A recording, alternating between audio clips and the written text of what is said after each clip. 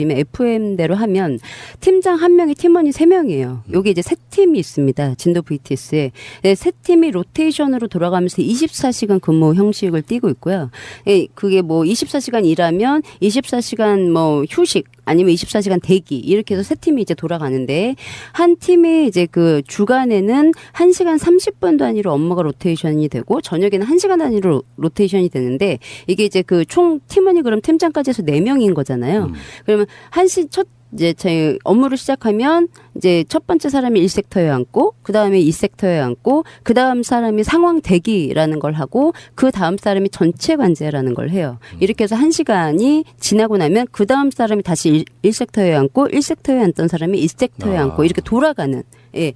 이렇게 해서 이제 근무를 하는데 상황 대기라는 게 이제 뭐 1섹터, 2섹터는 아까 말씀드렸지만 내측하고 외측하고 관제를 하는 거죠. 그 업무를 하는 거고 상황대기라는 건 그 주간 관제사의 업무를 보조하는 역할로 외부에서 걸려온 전화를 응대하거나 왜냐하면 관제사가 관제를 하다가 눈을 띄면 관제를 할 수 없는 거잖아요. 화면을 이제 계속 봐야 되는데 1시간 동안 뭐 전화가 오거나 그러면은 이제 상황대기자가 전화를 받거나 관제구역 내에서 발생하는 사고에 관해서 뭐 수사자료 같은 걸 이제 확인을 하거나 일일 보고서 작성 같은 이제 업무를 하면서 이제 상황 대기라는 걸 하죠.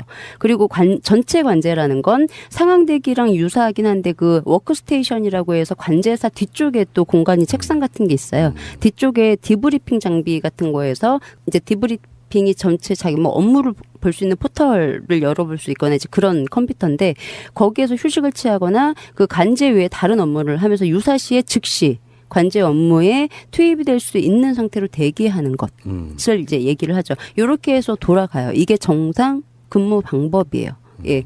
근데 진도 이제 요게 이제 정상 근무 방법인데 진도 VTS 관제사들의 근무 형태를 보면 1섹터 관제사가 1섹터와 2섹터 외측 내측을 모두 다 관제를 했어요. 혼자.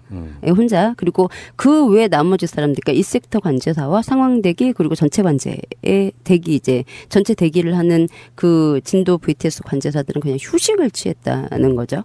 예. 근데 이제 기선형 관제사의 그 검찰 진술 좀 내용을 보면 11시부터 3시까지 이동 선박이 좀 거의 없대요. 진도 해상에. 그래서 교신 같은 것도 이제 할 일이 없고 해서 이 섹터 관제를 시작함과 동시에 몇 분 정도 자리에 착석을 했다가 사무실 안쪽에 있는 행정용 컴퓨터 쪽으로 이동해서 다른 업무를 하거나 휴식을 취해야 한다는. 예.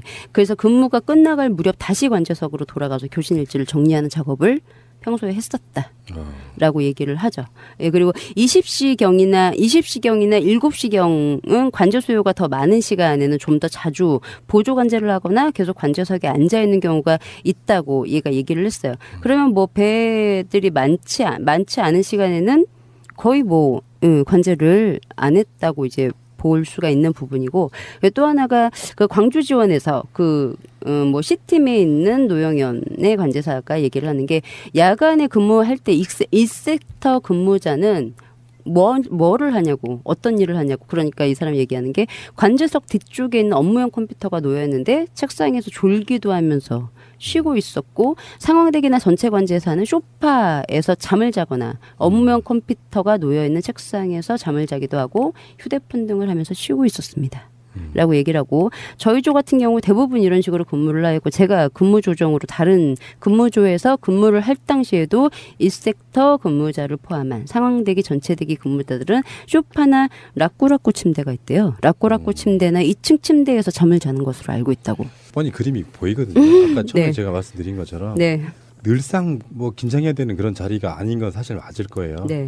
보통 이제 8시간 교대 근무. 네. 3개 팀이 이렇게 로테이션으로 돌아가면서 하는 근무 형태를 취하고 있을 거라고 보고요. 네네. 그럼 이제 관제사들이 이렇게 앉아가지고 네. 레이더 영상 같은 거 네. 이런 게 모니터가 이렇게 쫙 한 뭐 7개, 8개, 9개 예. 이렇게 그거를 다 들여다보는 과정인데 네. 평상시 때는 그렇게 근무할 수 있다고 생각해요. 네. 사람이 어떻게 무슨 사고도 없는데 그런데 사고가 나서 뭔가 어떤 비상 상황이 벌어졌다고 하면 사실은 지금 근무하는 사람보다 훨씬 많은 사람이 투입돼서 뭔가를 이렇게 뭐 일사불란하게 조정을 해줘야 되거든요. 예, 맞아요. 근데 그 사고 이후에도 그게 없었다는 거잖아요. 예, 뭐 일단 관제를 제대로 안 한 거잖아요. 근데 이게 진도 VTS가 일반 다른 VTS보다 관제할 구역이 굉장히 넓어요.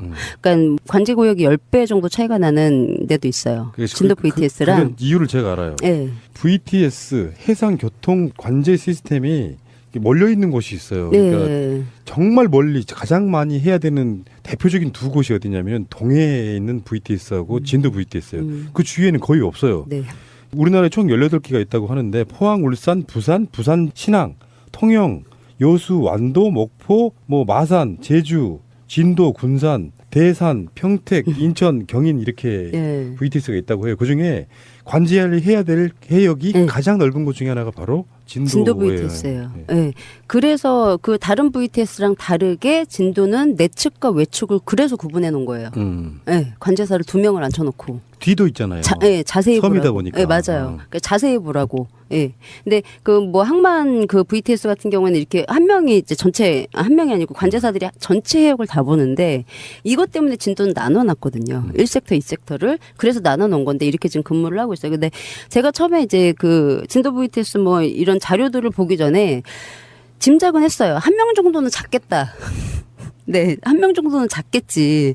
예, 그거는 이제 짐작을 하고 있었어요. 근데 진술서를 막 읽다 보니까 한 사람이 다 관제를 하고 3명은 그럼 그냥 잔 거잖아요. 그쵸? 한 3명은 잔 거예요. 그래서 계속 이제 읽다 보니 이제 진술서를 하나를 좀 더 말씀을 드리면 이제 그 이가별 관제사의 그 진술 내용을 보면 6시경부터 1섹터 근무를 한, 이게 영상을 검찰에서 CCTV 영상을 보여주면서 이제 물어봐요. 질문을 하는데 6시경부터 1섹터 근무하는 사람이 누구인가요? 그러니까 저라고 이감열 관제사라고 그리고 6시 25분경부터 7시까지의 동영상을 보고 어떠한가요? 라고 물어봐요. 그러니까 얘가 지금 1섹터를 보고 있잖아요. 그럼 나머지 1섹터와 뒤에 있는 사람들이 지금 자고 있어요. 나머지 3명은 이제 1섹터를 보고 있는데 6시 25분경부터 7시경까지의 동영상을 보니 어떠한가요? 그러니까 제가 잠을 자고 있는 모습이 촬영이 되어 있습니다. 라고 얘기를 합니다. 동영상을 보면 책상에 엎드린 상태로 잠을 자고 있어 단순히 근무 중 깜빡 졸았다고 보기는 어려운데 그러니까 6시 25분부터 1시간 근무인데 6시 25분부터 7시까지 잔 거예요. 그 25분만 모니터를 보고 나머지 그냥 계속 잤다는 얘기죠. 단순히 근무 중에 깜빡 졸았다고 보기는 어려운데 어떤가요? 그러니까 근무 중에 잠이 와서 그냥 잠을 자야겠다고 생각하고 책상에 엎드려서 잠을 잔 것입니다. 라고 얘기를 합니다. 그래서 검사가 잠자는 동안에는 관제가 가능한가요? 라고 물어보니까 불가능합니다. 라고 얘기를 합니다. 그러니까 한 명은 잤겠지가 아니고 지금 보니까 모두 다 잤죠. 이제 세월호 사건 같은 사고가 초기에 나면 네. 가장 먼저 전화를 하는 것이 이 사건을 통해 보면 119로 전화를 하는 경우도 있었잖아요. 탑승객들이. 네. 네, 맞아요. 근데 실제로 배 운행하는 사람들은 VTS로 연락을 맞아요. 먼저 하는 건가요? 네. 네, 그렇죠. VTS 해줄 수 있는 어떤 업무에 여러 가지 영역이 있을 거 아니에요. 네, 그렇죠. 전화가 오면 VTS가 이제 알아서 뭐 구조 신호도 막 해주고, 보내주고 그걸 그렇죠. 유기적으로. 예. 진도 VTS가 실제 했던 것처럼 구조에 동참해달라고 어선들도 빨리 이동을 해달라고 하면서 계속 위치를 설명을 하죠. 그런 거를 해줄 수가 있는 거죠, 당연히. 예. 다 주무시고 계시면은 그게 초동 대응이 굉장히 힘들어지겠네요. 네. 시간을 놓칠 그리고 수가 있죠. 대부분요 이게 전화가 막 오지 않는 한 어떤 경우에 모니터링만 하다 보면 모니터 속에는 거의 대부분 소리는 안 들어가 있거든요. 네. 그러니까 만약에 그쪽에서 진도 VTS로 구조 요청을 하지 못하는 상황이고 레이더로만 보고 있다 그러면 어떤 상황인지 거의 모를 거예요, 사실. 그렇죠. 네. 그리고 좀 이렇게 운항하는 게 이상하다 그러면 이제 호출을 해서 물어보거나 이제 해야 되는데 그건 방금 말씀하셨던 것처럼 소리가 나지 않기 때문에 눈으로 보고 이거 좀 이상하다 해가지고 연락을 해야 되는 거잖아요. 근데 예, 이게 자거나 이제 이러면 문제 자체를 볼 수가 없는 거니까 예, 관제를 안 했다고 생각이 들고요. 일단은 1섹터를 관제를 하는 관제사도 잤대요. 예, 이 시간에 잤대요. 그리고 그 뭐 휴일 이제 낮 시간 근무예요. 휴일 같은 경우 그 뭐 쭉 영상을 CCTV 영상을 쭉 보면서 뭐 28, 뭐 2일, 9일 뭐 주간에 1섹터 근무자가 혼자서 1섹터를 통합해서 지금 하고 있는데 이게 맞냐고 그러니까 똑같이 낮 근무도 똑같이 그렇게 이제 잘못된 관제 방식으로 해서 관제를 계속 하고 있었다는 걸 이제 알 수가 있고요.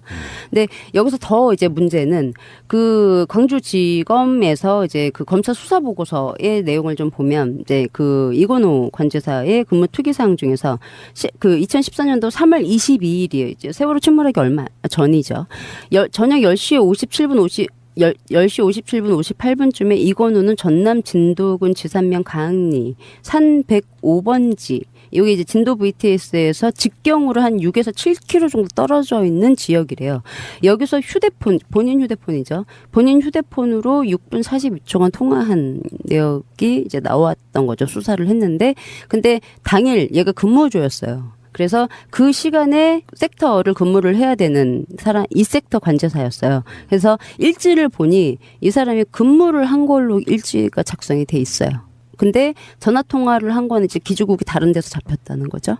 근무 시간에. 근데 이제 얘는 뭐 이탈을 한 적이 없다라고 얘기를 하고 뭐 다른 이제 기선영 관제사 같은 경우에도 역시 또 4월 15일 이거는 이제 세월호 침몰하기 전날 낮 시간이에요. 예, 낮 시간인데 그 역시 관제를 해야 되는 그 시간에 진도 VTS에 있어야 될 시간에 다른 지역에서 휴대폰으로 54초간 더 통화한 기주국이 또 체크가 됐죠. 근데 절대 그럴 일이 없다고 하면서 바닥바닥 우겼습니다. 예. 그 순주님 네. 여기서 궁금한 게 네. 세월호 사건은 저희들은 두 가지로 나뉜다고 이야기한 적이 있어요. 네. 하나는 진짜 무능, 네. 하나는 나쁜 의도. 네. 근데 VTS는 대체로 나쁜 의도라기보다는 무능에 가깝지 않습니까? 근데 제가 항상 이제 생각을 하는 게 뭐냐면 공무원들한테 무능이라는 게 말이 될까예요. 왜냐하면 일반인이면 가능하죠. 무능이라는 게. 그러니까 왜 공무원한테 무능이라고 얘기를 하지 않고 저는 굳이 직무유기라고 얘기를 하냐면 세금을 들여서 훈련이라는 걸 시켜요. 예, 그리고 공무원이라는 이유만으로 일반 시민들보다 많은 월급을 받아가죠. 거기에 따른 혜택도 물론 받고요. 월급이 굉장히 많아요. 근데 이런 혜택을 주는 이유가 일 제대로 하라는 거거든요. 예, 근데 이 사람이 무능하다라고 하면 이 자리에서 나와야죠. 이런 걸 이렇게 연구하고 조사하다 보면 네. VTS 쪽은 나쁜 의도라기보다는 사실 무능에 가깝지 않느냐고 여쭤보는 거예요. 그러니까 너무 나태해진 거예요. 무능은 아니. 얘네들이 관제를 할 수 있는 능력이 없는 애들이 아니잖아요. 몰라서 못한 게 아니에요. 그러니까 나태 포함한 게 다 무능인데 그 이야기 들어보니까 네. 이런 게 있더라고. 희랑님은 아실 거예요. 공항에 가면 관제사들 있잖아요. 네. 거기서 일하시는 분들이 VTS 근무하고 그래요. 네. 같은 일인 거예요. 그러니까 그렇죠. 스카우트되고 그러니까 굉장히 고 연봉을 받는 직업분들이더라고요. 이야기를 들어보니까. 그렇죠. 그 무능이라는 표현은 이제 굳이 이제 구분을 하다 보니까 하는 이야기고 어쨌든 간에 이제 우리는 이런 게 있었잖아요. 나쁜 의도가 얼마큼 개입되어 있느냐가 주로 이제 의혹을 파헤치는 것에 주가 되다 보니까 제가 여쭤본 질문이었고요. 아, 예. 그것이 잘했다 이런 건 아니고. 네. 근데 이제 한 가지 알아주셔야 될 게 제가 이제 전 시간에 말씀을 드렸어요. 그 세월호 이항사 김영호가 VTS에 신고를 했어요. 그렇죠? 신고했는데 녹취록이 없고. 근데 이 모든 관제사들이 다 김영호가 VTS에 신고했다는 사실을 다 지금까지 함구하고 있죠. 제가 보기에는 의도가 나쁩니다. 네, 그렇고요.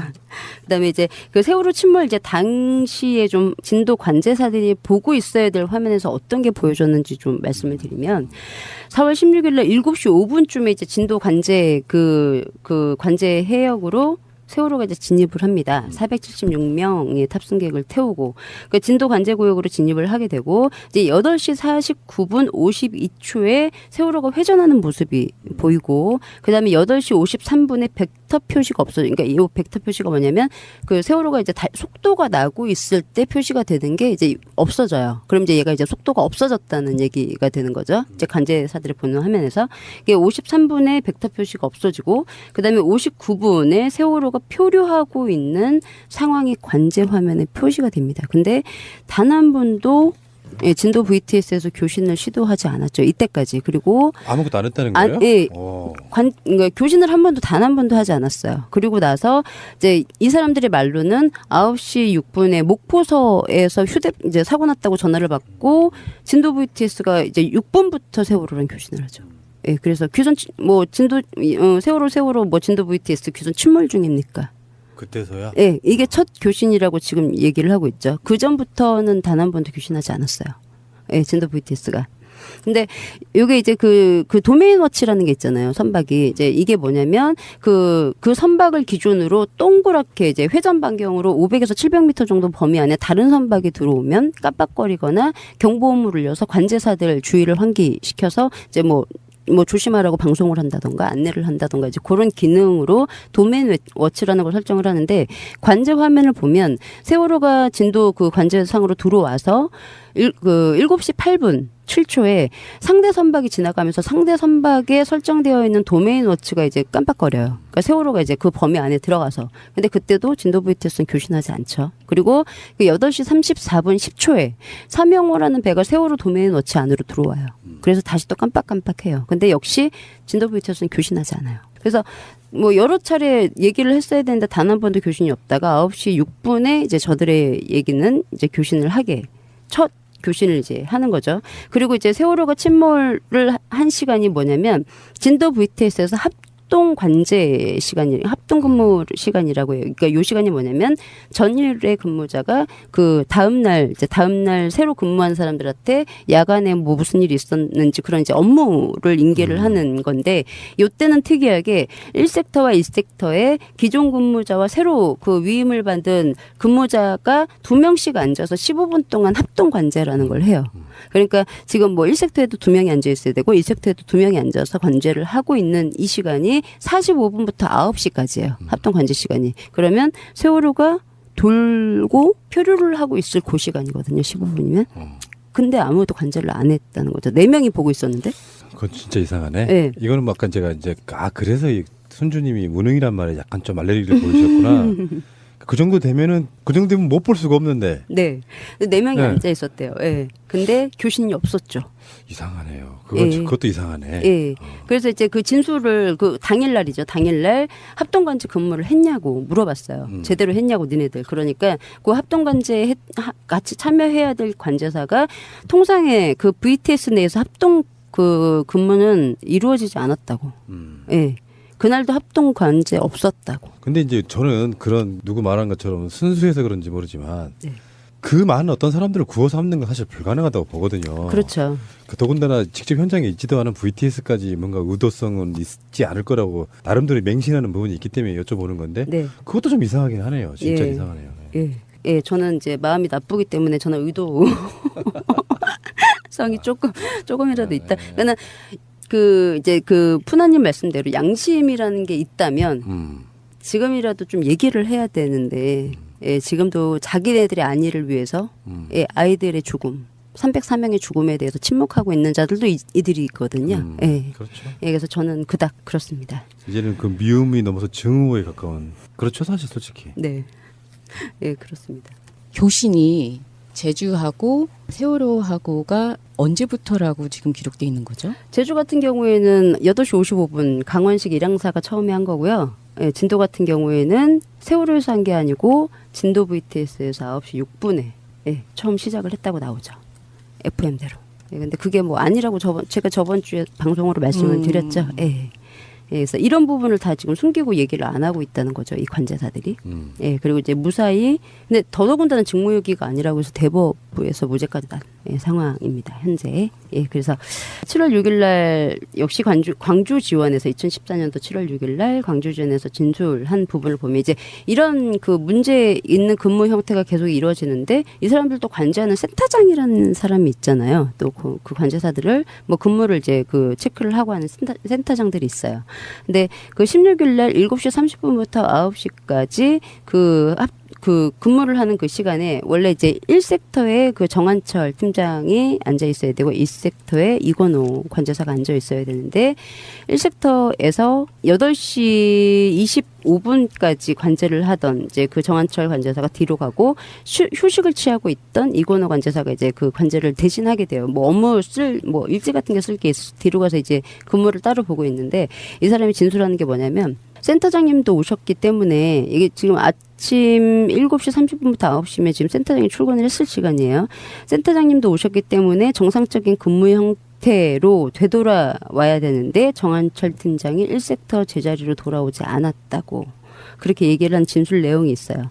그러니까 이거는 지금 센터장이 그 진도 VTS 안에 있는 이제 같이 근무를 하고 있는 상태에서 지금 이 섹터는 관제사가 없는 거고 1섹터에 근무해야 될 정한철 팀장은 뒤쪽에 가서 뭐 그 서류 작성을 하고 있는 거고 이 섹터의 관제사가 지금 1섹터에 앉아 있는 거죠. 예, 이상한 이런 형태를 띠고 있다고 얘기를 하는 거예요. 그다음에 이제 정한철 그 진술 정한철의 진술을 보면 16일 날 7시 30분부터 9시경까지 예, 업무 어떤 거 있냐고. 그러니까 원래는 1섹터 자기가 관제를 해야 되는데 그렇지 않고 9시 15분경부터 9시까지 관제 업무 하지 않았다고. 대답을 해요. 그래서 이 섹터에 있는 관제 요원이 자기 자리로 와서 관제를 좀 대신했고 자기는 PC 뒤쪽에 있는 PC에서 우수 관제 사례를 보고 있었다고 그거 작성을 했다고. 그러니까 뭐 업무를 제대로 안 봤다는 거죠. 세월호 침몰을 한 당일날 이제 낮에 이렇게 이제 근무를 했다고 얘기를 하는 거고. 예. 그래서 이제 이게 언제부터 그러면 지금 그 진도 VTS가 원래 항만에서 그 관리를 하던 VTS였는데 이게 연안 VTS라고 해서 해경 쪽으로 이제 이관이 된 VTS예요. 이게 2010년도에 이관이 됐었는데 그럼 언제부터 이렇게 이제 변칙 근무가 있었느냐를 좀 보면 원래 처음에 항만에서 연안 그러니까 해경 관할로 넘어올 때까지 섹터를 구분하지 않았대요. 그냥 다 같이 봤었는데 사고가 한 번 있었대요. 그 초반에 2010년도 넘어오고 나서 초반에 사고가 있어서 그때부터 이제 1섹터, 2섹터 이제 이를 관제를 나눠서 이제 하게 됐다고 하죠. 정밀 관제를 위해서. 예, 그래서 2명을 이제 앉혀놓고 나눠서 했는데, 근데 문제는 이제 항만에서 넘어온 관제사들이 있었어요. 이제 이 관제사가 이가별 이제 관제사인데 이 사람이 쓴 내용을 보면 2010년도 항만 VTS에서 연안 VTS로 관할이 변경된 초기에는 섹터 구분을 하지 않았는데 어선 충돌 사고가 있고 나서부터 섹터 구분을 했는데 문제는 관제사들이 이 새로운 근무 형태를 적응을 하지 못해서 두 곳으로 나눠놨음에도 불구하고 자기들 마음대로 원래 하던 근무 형태로 지금까지 끌고 왔던 거예요. 4년이 넘는 시간 동안. 예. 원래 하던 형식대로 그대로 분명히 나눠놔서 한 명씩 앉아서 정밀 관제를 하라고 해서 근무 형식이 바뀌었는데 그냥 원래 항만에서 하던 근무 형태를 그대로 끌고 왔다는 거죠. 그 관성을 버리지 못하고 계속 편해지려고 하는 그런 거죠. 예, 그렇죠. 예, 그래서 그때부터 왜냐하면 이 이가별이라는 게 항만 VTS를 하다가 진도 연안 VTS로 같이 쭉 넘어왔던 사람이라서 근무 형태를 양쪽을 다 알아요. 근데 이 그 연안 VTS 사람도 저녁에 똑같이 그렇게 관제를 잘못하고 있었다는 거죠. 이 섹터 사람 없고 혼자 관제를 했대요. 연안에서도. 근데 그거를 그대로 끌고 왔다는 거죠. 예, 그래서 진도에서도 이 섹터랑 뒤에 두 사람은 다 그냥 자고 한 명만 계속 관제를 했던 거예요. 하던 대로. 그게 분명히 그렇게 하면 안 되는 거였는데. 그래서 좀 요거 근데 여기서 더 중요한 건 센터장이 이때 진도로 넘어오기 전에 항만 VTS에서 관제사를 했던 사람이에요. 진도 VTS 센터장이. 그러면 항만에서 어떻게 근무를 했는지 잘 알겠죠. 저녁에 제대로 근무하지 않고 한 명만 관제했다는 걸 너무 잘 알고 있는 사람이에요. 그리고 해경으로 이관이 되고 진도 VTS로 오면서 센터장이 된 거예요. 승진을 한 거죠. 그래서 이 상태에서 이제 야간에 노영현 관제사한테 물어봐요. 검찰이 야간에 1인 관제랑 교신한 거를 혹시 사전에 알고 있었냐고 센터장이. 얘는 지금까지 모르고 있었다고 우겨요. 지금까지 이렇게 뭐 관제를 잘못하고 있는데 자기는 지금까지 몰랐다고 4년이 지금 넘는 시간인데 그렇게 얘기를 하죠. 그래서 사전에 혹시 알고 있었냐고. 그러니까 이 사람이 뭐라고 하냐면 자세한 것은 잘 모릅니다. 그러나 센터장과 팀장들이 업무에 관하여 자주 이야기한 점. 그리고 2014년도 3월 28일 날 관제구역 내에서 이게 화물선하고 예인선하고 충돌했는데 이때도 관제를 안 해서 사고가 난 거였어요. 근데 이게 2014년도 3월 28일이면 세월호가 침몰하기 한 16일 전인 거죠.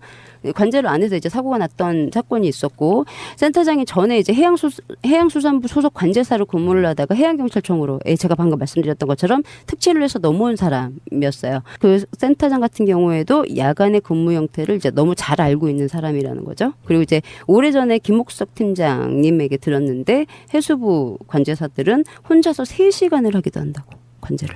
그래서 이 사람이 몰랐을 리가 없다. 라고 이제 진술을 한 게 있고, 이제 또 하나가 김옥석 그 비튼 팀장이 얘기를 하는 게 그 1섹터 관제 요원이 진도 VTS 관제에 교신을 이제 전담을 하잖아요. 2섹터가 없으니까 1, 2섹터 관제하면서 교신까지 다 하겠죠. 그래서 정확하게 언제부터인지 기억은 나진 않지만 진도 VTS가 해양수산부 그 항만청 소속일 때부터 근무를 하였는데 야간에 1섹터 관제 요원이 교신을 전담하기 시작했다고. 그래서 이게 관행이 진도 VTS의 그 소속 해양경찰청으로 바뀐 이후에도 지속이 됐다고. 예, 그래서 검사가 그래요. 그렇다면 진도 VTS가 개설된 이후에 항상 1섹터 관제요원이 야간에도 진도 VTS 관제 그 구역 모든 교신을 전담했냐고. 그러니까 맞다고.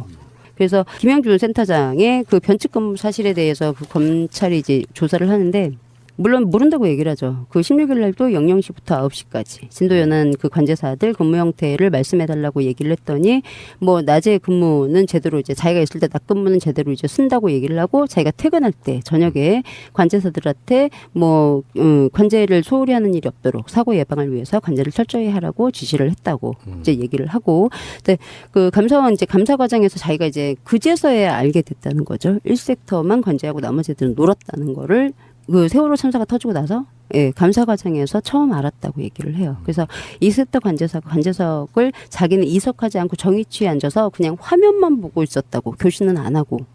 근데 실제는 이제 그게 아니었는데 그렇게 자기는 알고 있었다고 얘기를 하고 그 검사가 다시 물어봐요. 답변에서 이제 직원들을 조사한 결과 효율적인 관제를 위해서 이 관제사들이 이렇게 얘기해요. 효율적인 관제를 위해서 그 1섹터 관제사가 1섹터와 2섹터를 동시에 관제를 다 하고 2섹터 관제사는 옆에서 관제 화면 모니터링만 한 것으로 파악되었다고 진술을 하고 있는데 이 사람이 지금 그렇게 얘기를 하고 있는 거예요. 근데 관제사들 근무의 효율성을 위한 게 아니고 이건 그 근무 시간을 줄이기 위한 꼼수인 것 같은데 어떻게 생각하냐고. 그러니까 이 관제 그 센터장이 그래요. 저는 그렇게 생각하지 않습니다. 직원들이 하루 이틀 관제를 한 사람도 아니고, 예, 그 주간에 근무하는 방식과 야간에 근무하는 방식을 비교하여 두 가지 방법 중 효율적인 방법을 선택하여 근무를 한 것으로 생각하고 있습니다. 라고 진술을 하더니 갑자기 이 진술을 삭제해달라고 요청을 합니다. 검사한테. 그리고 다시 얘기를 해요. 팀별로 야간 근무의 집중도 향상과 효율적인 방법으로 판단하여 팀원 간의 뭐 업무 분담을 해서 근무를 철저히 했다고 진술한 전등을 볼 때 통상적인 근무 방법과는 다르지만 꼼수라고 생각하지 않는다. 네. 근데 이렇게 해서 지금 사람들이 1섹터 관제를 할 때 나머지 사람들이 자면 업무 중에 4시간 30분 정도를 취침을 하게 돼요. 4시간 30분 취침하는 시간이 생겨요. 그래서 이제 자고 관제하고 그런데도 이제 그 업무의 효율성을 높이기 위해서 이렇게 만들었다는 거죠. 효율성이 아니고 이거는 좀 이렇게 편하게 힘든 거 알아요. 그러니까 네. 이게 전반적으로 그쪽 사람들이 다 나쁘다 이렇게 몰아가는 것보다 네. 이게 세월호 사건이라고 하는 것을 계기로 해가지고 뭔가 근무 테마 나태했던 것들도 다 잡는 계기가 돼야 되잖아요. 네네 그렇죠. 사고라는 것은 내고하고 나오지 않습니다. 네. 그러니까 사고가 안 나니까 마음이 틀어졌다 이렇게 막 선의로만 보면 진짜로 그래요. 네. 정말 이 사람들 사고 날 거 전혀 예상 못했군 하지만 우리 세월호 사건만 나고 있는 것도 사실 아니잖아요. 네. 간혹은 성밖끼리 충돌 사고도 나고 그렇단 맞아요. 말이에요. 경각심 가져야 되는데 맞아요. 지금 VTS 같은 곳에 근무하시는 분들 사실 고급 인력이라고 하니까 네. 그런 분들이 그렇게 진도 VTS가 나 진짜 그렇게 좀 제대로만 근무했어도 세월호의 희생자가 훨씬 줄었을 수도 있다는 생각을 드니까요. 그 구조대들을 더 빨리 보낼 수 있었고 그러면 한 명이라도 더 살릴 수 있었겠죠. 예. 근데 그렇게 하지 못했다는 거. 가 문제라고 생각을 하고요. 근데도 이 센터장은 정상적으로 근무했다고 자기는 믿는다고 직원들이 최선을 다했을 거라고 자기는 믿는다고 이제 여러 차례 반복해서 이제 얘기를 했습니다. 근데 그 믿는다는 말을 안 했으면 좋겠어. 결과는 사람이 304명이나 죽었어요. 네 맞아요. 그 믿는다는 말을 거기서 어떻게 해요? 예. 우리가 죽을 죄를 졌다 해야지. 그러니까요. 근데 그게 이제 효율적인 업무라고 얘기를 해요. 자기네들은. 예, 효율적인 업무여서 그렇게 한 거지 그런 건 아니라고 얘기를 하고. 그래서 그 김목석 팀장, 김목석 관제사의 B팀 팀장의 진술을 좀 보면 그 진도 VTS 센터장 김영준도 이러한 사실을 이제 관제를 제대로 하지 않은 사실에 대해서도 알고 있었냐고 다시 물어봐요. 그러니까 얘가 네 센터장 경감 김영준은 야간에 1섹터 관제요원이 진도 VTS 관제 구역의 모든 교신을 전담한다는 걸 알고 있었다고.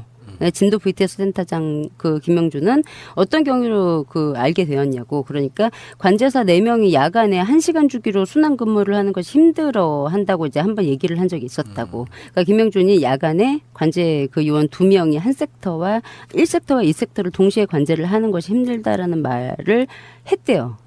센터장이 이제 다른 직원들한테 센터장이 처음부터 해양경찰관 제가 방금 말씀드렸던 것처럼 항만에서 넘어온 사람이기 때문에 항만에서도 똑같이 근무한다는 걸 이 사람이 알고 있다고. 그러니까 진도에서 관제사들이 그렇게 근무했다는 걸 모를 수가 없다고 근데 단 한 번도 이 근무 형태를 바꾸려고 하거나 교육을 시키거나 징계를 주거나 하지 않았죠. 제가 아까도 말씀드렸지만 세월호가 침몰하기 직전 3월 28일 날 역시 그때도 관제를 안 했어요. 안 한 것 때문에 충돌이 나서 사고가 이제 발생을 했는데 제대로 징계를 주거나 하지 않았죠.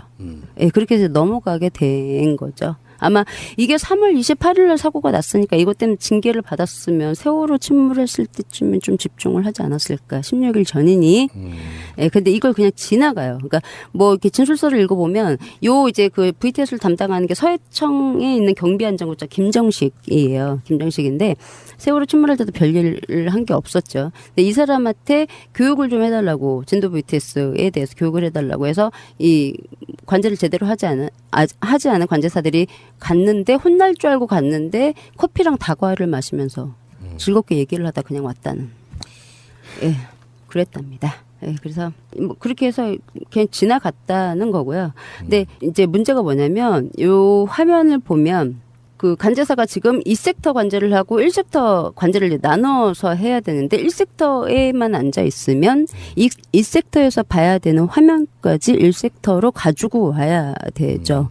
그러니까 원래 이제 나눠서 봐야 되면 정밀로 확인할 수가 있는 건데 한 명이 다 전체 해양을 관제를 하니까 제가 아까 뭐 벡터가 없어지고 세월호가 옆으로 회전을 하고 속도가 줄어서 이제 표류하고 이런 게 다 화면상에 나왔는데 또 얘네들이 지금 보지 못한 거잖아요. 그래서 먼저 대응을 하지 못했는데 제가 말씀을 드렸던 것처럼 직무유기가 아니다라고 해서 이제 무죄를 받았다는 거죠. 근데 더 웃긴 거는 뭐 초과 근무라고 해서 이 관제사 같은 경우에는 센터장이 실제로 뭐 주말에 1년에 한두 번 정도, 두세 번 정도밖에 출근을 하지 않았는데 주말에 출근을 한 것처럼 이제 이걸 또 조작을 해가지고 추가 근무 수당을 이제 꾸준히 받아왔다는 거죠. 그래서 김 센터장이 자기가 이제 검찰 진술을 하면서 초과 근무 확대 대장에 의하면 뭐 이래저래 해서 이날도 출근했냐고 해서 물어보니까 출근하여 근무를 하지 않았습니다.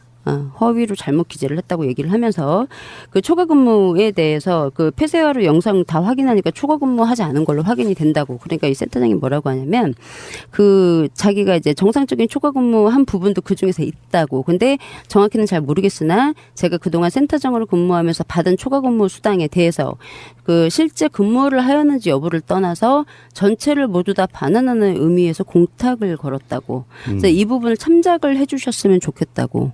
그래서 깊은 반성을 하고 있다고. 근데 제가 아까 말씀을 드렸지만 그 연안에서 넘어올 때부터 그 진도 센터장이 초과 근무 그 대장을 잘못 쓰기 시작을 했다라고 하면 돈 뭐 받은 거는 둘째치고 초과 근무 수당도 이제 엄청 났을 텐데 그 돈을 받은 거는 둘째치고 여태까지 입 다물고 계속 꽁으로 돈을 받다가 세월호가 침몰이 되고 구속이 되게 생겼으니 이제서야 반환을 해서 공탁을 걸고 반성을 깊이 하고 있다고. 얘기를 했다는 거죠. 그래서 일단 뭐 제가 방금 말씀드렸던 것처럼 당연히 선장이 세월호 승객들을 탈출시켜도 되겠느냐, 구조를 할 수 있겠느냐라고 물어봤다면 상황을 먼저 확인을 하고 승객이 지금 어떠냐라고 해서 물어보고 구명조끼 입히고 밖으로 나오도록 조치를 해라라고 지시를 했어야 되는데 안 했죠. 안 했고 조금 더 이제 그 제대로 관제를 하고 있었다면 9시 50분쯤에 세월호에 문제가 생긴 걸 알았을 거고 중앙 119나 삼함대나 목포 해경이나 빨리 이동을 해서 역시도 다 전원 구조할 수 있지 않았을까요? 시간은 충분했으니까. 참 역사의 가정이라는 없어서. 네. 근데 그걸 다시 복귀한 이유는 하나입니다. 다시 똑같은 사고 안 나게 하기 위해서거든요. 그래야 되죠. 근데 이번에도 처벌 안 받았어요. 희진호 사고였을 때처럼. 네, 그렇습니다. 그래서 현재 무죄가 돼 있고 이제 뭐 이거 이외에도 감사 받았을 때나 검찰 조사 받았을 때 조사를 받고 나면 그 다음 날 진도 VTS에서 이제 회의가 있었대요. 너 무슨 질문 했냐? 무슨 감사원에서 너 뭐라 그랬냐?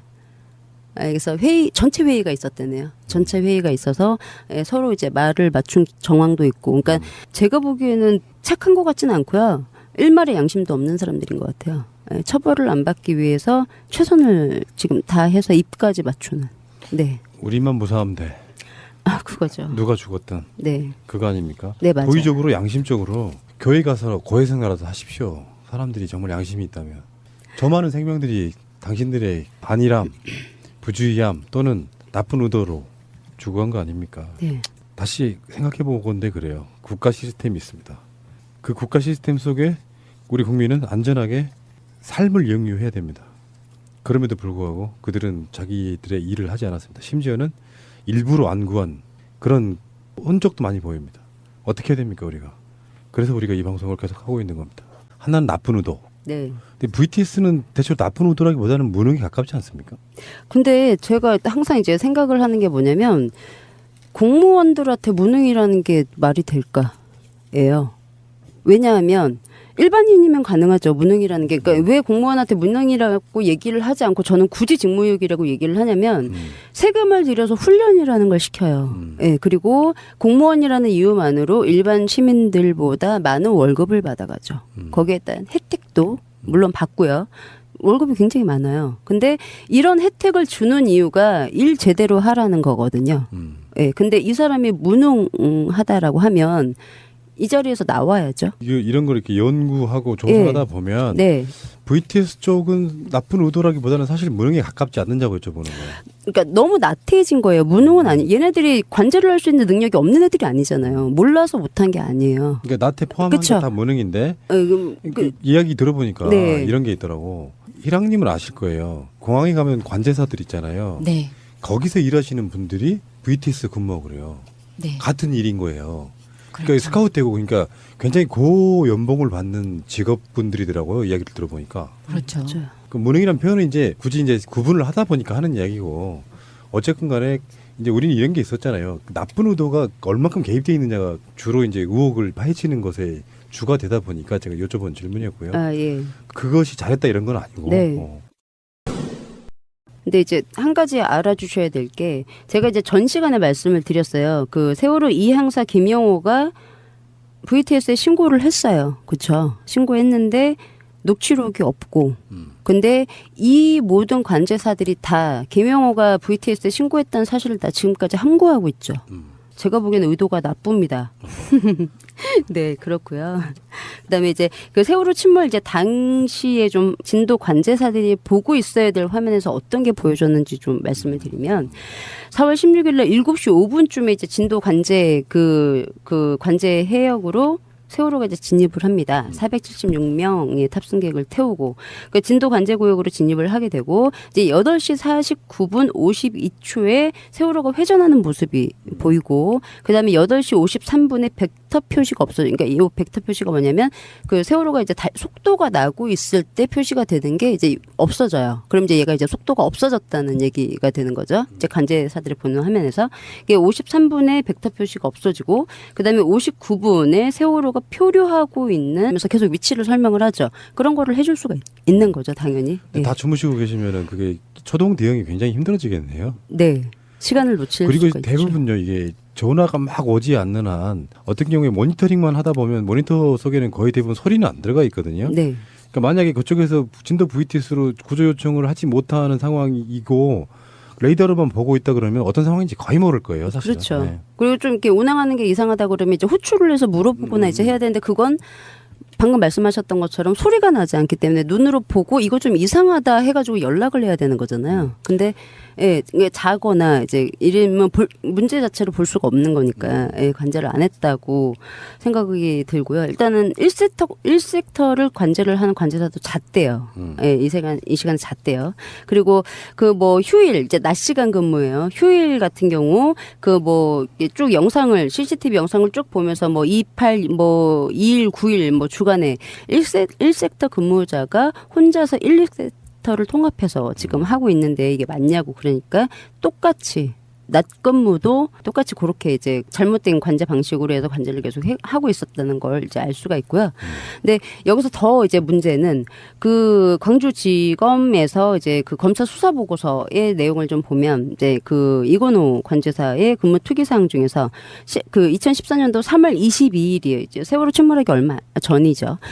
저녁 10시 57분 10시 57분 58분쯤에 이건우는 전남 진도군 지산면 가흥리 산 105번지 여기 이제 진도 VTS에서 직경으로 한 6에서 7km 정도 떨어져 있는 지역이래요.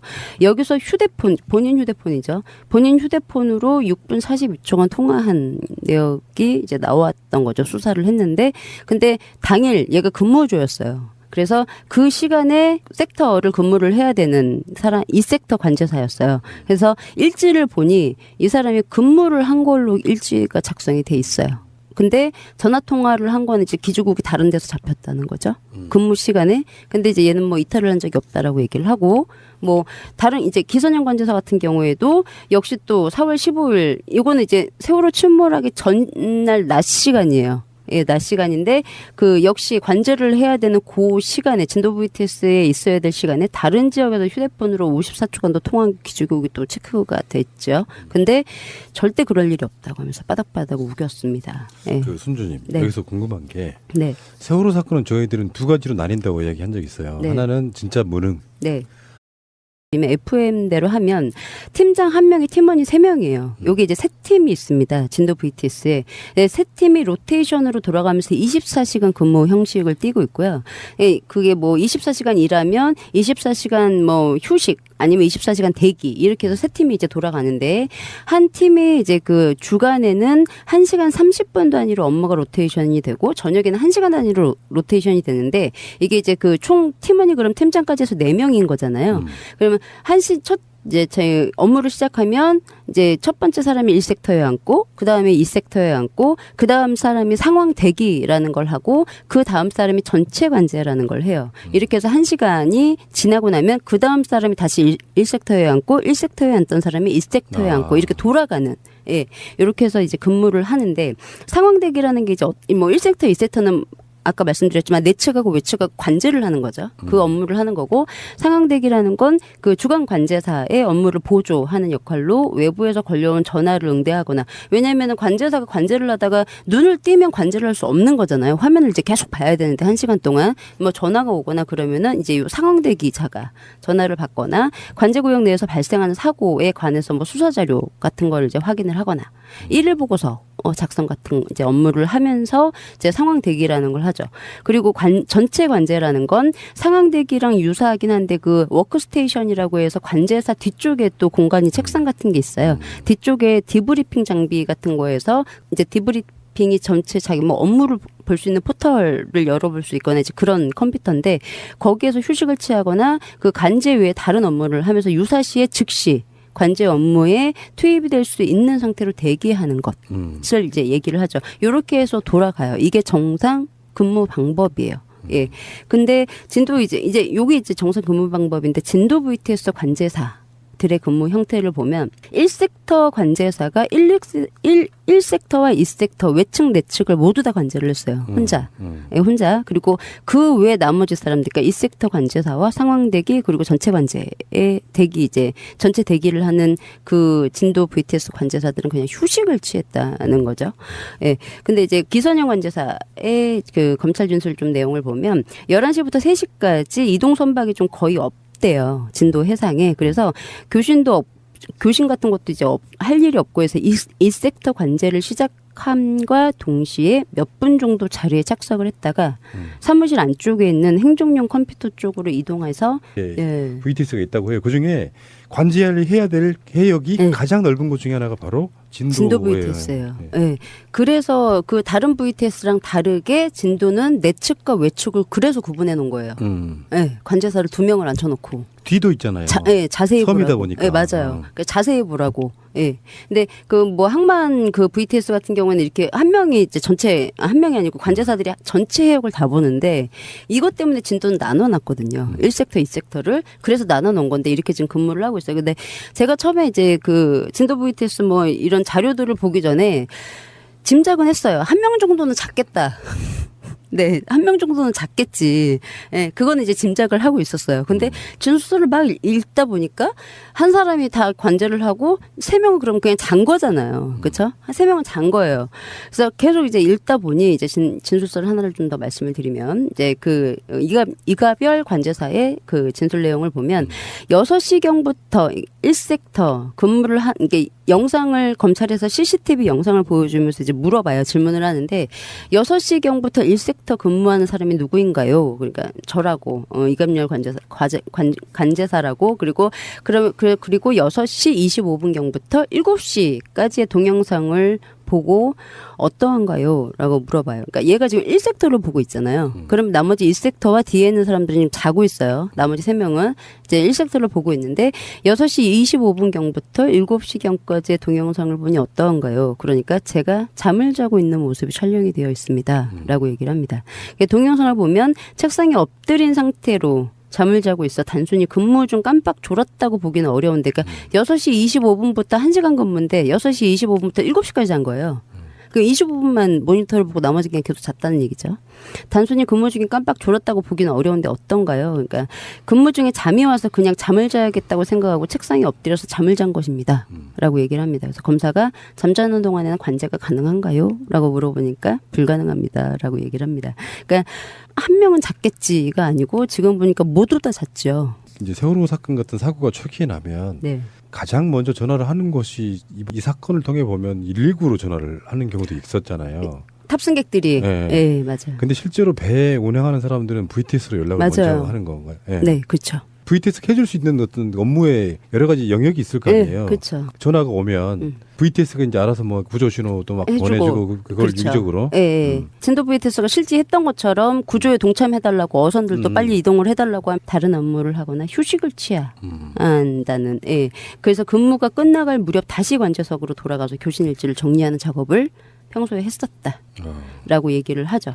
예, 그리고 20시경이나 7시경은 관제 수요가 더 많은 시간에는 좀 더 자주 보조 관제를 하거나 계속 관제석에 앉아 있는 경우가 있다고 얘가 얘기를 했어요. 그러면 뭐 배들이 많지 않은 시간에는 거의 뭐 관제를 안 했다고 이제 볼 수가 있는 부분이고, 또 하나가 그 광주 지원에서 뭐 C팀에 있는 노영현의 관제사가 얘기를 하는 게 야간에 근무할 때 1섹터 근무자는 뭐를 하냐고, 어떤 일을 하냐고. 그러니까 이 사람 얘기하는 게 관제석 뒤쪽에 있는 업무용 컴퓨터가 놓여 있는데 책상에서 졸기도 하면서 쉬고 있었고, 상황대기나 전체 관제사는 소파에서 잠을 자거나 업무용 컴퓨터가 놓여 있는 책상에서 잠을 자기도 하고 휴대폰 등을 하면서 쉬고 있었습니다.